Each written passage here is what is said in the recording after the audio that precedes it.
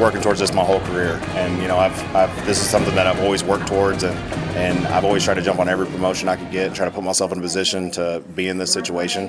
And I've taken a leading role in every program I've been in, and I've just been waiting for my turn to get to run my own program. So I started off as a graduate assistant at Hardin-Simmons for 2 years, and then I was at Carthage in 2010, and then I was in Jasper in 2011, and then I was in Hutto for 4 years from 2012 to 2016. It's a 5A school in the Austin area, and then I was the DC at Baytown Sterling, which is a 6A school kind of outside of Houston, and then I was at S&S Consolidated in 2018 for a year, and then I've been at Sanger the last 3 years.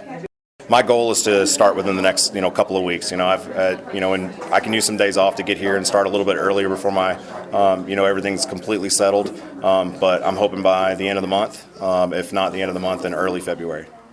So I've been a part of several programs that have actually not been doing very good and turned it around. And so one of my first coordinator stops was going from Carthage to Jasper, and that team was a 2-8 non-playoff team. And we were district champions in the first year. Now, I'm not making those kinds of promises, but I am saying that you can flip a program quickly if you do things the right way. And then when I was in Hutto, it was the same thing. There was a couple mediocre years, and then we went 4 rounds deep. It's still the furthest they've been since they went to 5A and 6A, and I got to be a part of that, as a coordinator and take a leading role in that. And then at the 6A program that I went to, they were kind of in the same boat. They hadn't had a winning season in over 8 years whenever we got there, and we won 6 games, which 6 games doesn't sound like a lot when a team hasn't had a winning season in almost a decade. That was sometimes the best coaching you do is sometimes when you don't have as many wins as you might look at and think that that's a big number or a small number, but for them that was huge. And the same thing happened in Sanger. Sanger was coming off 0-10 and 1-9, and then we went 8-2 and made the playoffs back-to-back seasons. And so I know that the formula for success is involved in the culture. And I know I talked about it during the board meeting, but I think building a culture is the biggest thing that leads to sustained success. A lot of it's going to happen really quick. One of the things that's going to happen right off the bat is there's going to be a short evaluation period to kind of see how things are done and what's being done, and see what kind of subtle changes might need to be made, in the very, very short term, within the first week or two. And then, depending on how things are being done, there might be some very drastic changes that occur really quickly. I've been a strength addition coordinator for 6 years out of the last 9, and so I have a pretty strong background in what you need to do in an off-season program and what I believe it takes to win. And so, if it matches up with what they're doing, there might be subtle changes. If it doesn't match up with what I'm doing or what I want to do, then there might be more drastic changes, because I do think that strength conditioning in off-season it's the backbone of every successful athletic program. And so I envision there will probably be a lot of changes in that, but I won't know 100% until I see what's going on. And then, when it comes to getting ready for 7-on-7, I'm not sure about the leagues and stuff that Howe's been involved in the past, but that's definitely something that I think that you need to be involved in. 7-on-7, whether we throw the ball 30 times a game or we throw it 15 or 18 times a game, it doesn't matter. 7-on-7 is a way that we can compete and get better at what we're doing all summer. And you get better at defense too during 7-on-7. Most people just think of it as an offensive deal, but you're still working all of your schemes and stuff, and you get to install so much through that. And so that's definitely going to be something that's going to be a big part of us going forward. I want to get into a league, and then we're going to work that, all summer. One of the things that's great, the way the UIL changed it, is that we can work football stuff in the summer now. We can work basketball, we can work baseball, and all the best teams take advantage of that. And we're going to do the same thing. So we're going to do that throughout the summer. So, it's February, or it's almost going to be February around whenever I start. That gives us several months to get a lot of stuff put in. And, it might look like we're doing a lot, but I do believe in doing, a lot of things that looks like you're doing a lot, but it's actually, it might be complicated for a coach to defend, but it's actually simple for the kids to know. And so, there's a lot to be put in, but, we're not going to throw everything at them right off the bat. There's going to be a formulaic approach to make sure that the kids aren't overwhelmed.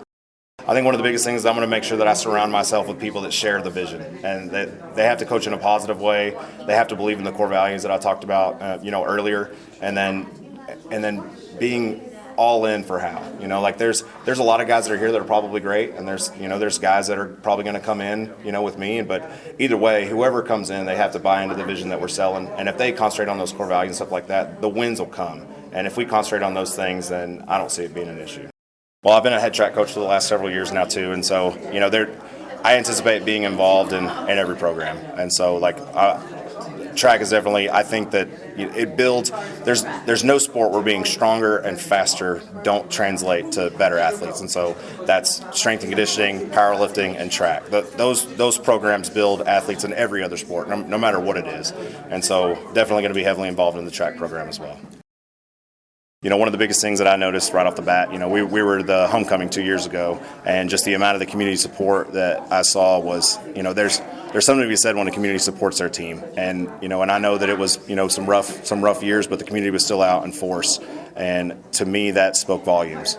And then, when I was coaching against them, even though we were technically a bigger school, when I was coaching against them, I thought there was pieces that were definitely there that could win some games. And, all coaches think that they can fix everything, but, I definitely thought that there were some things that, those kids could do, the athletes that they had. I think there's ways to use them. I think they could achieve more success. Well, I did come up as a defensive coach, and that's what I've coached primarily. I have coached offense as well, not by title necessarily, but I've coached that as well. But, I came up as a quarterback and linebacker in high school and then played safety in college. And, I've coached against offenses for years.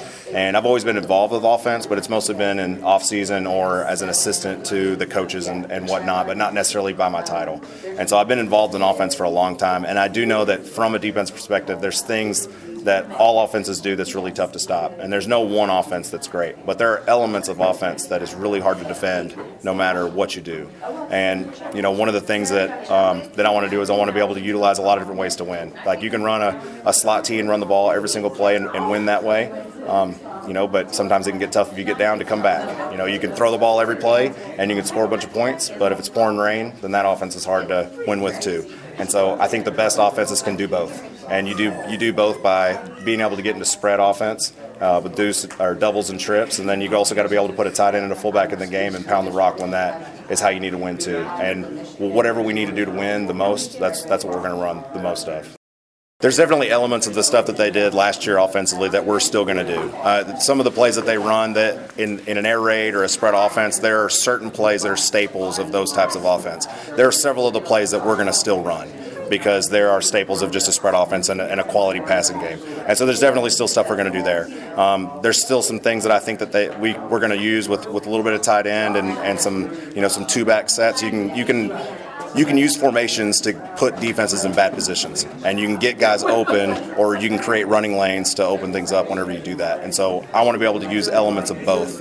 But definitely Austin Haley is obviously a really, really good athletic quarterback, and I've had to coach against him for the last 2 years, and he was a handful. And so that's definitely very attractive coming into the job, is having a guy like him under center.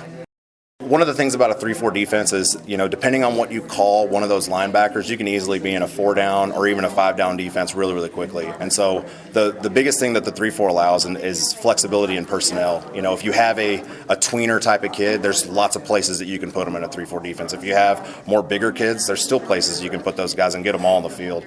One of the things defensively that I've always prided myself is I don't ever want to be in a position where my best 11 players aren't on the field. I never want to be in a game-time winning situation and I look over the sideline and one of my best players is over there because I'm stuck in a 4-3 or I'm stuck in a 3-3-5 or whatever, and I have defined positions. That the 3-4 allows a lot of flexibility that you can use with a lot of those players to get the best ones you can on the field. I've taken things from all of them, and so it's hard to really just pinpoint one of them because I've been lucky to play for Jimmy Keeling at Hardin-Simmons.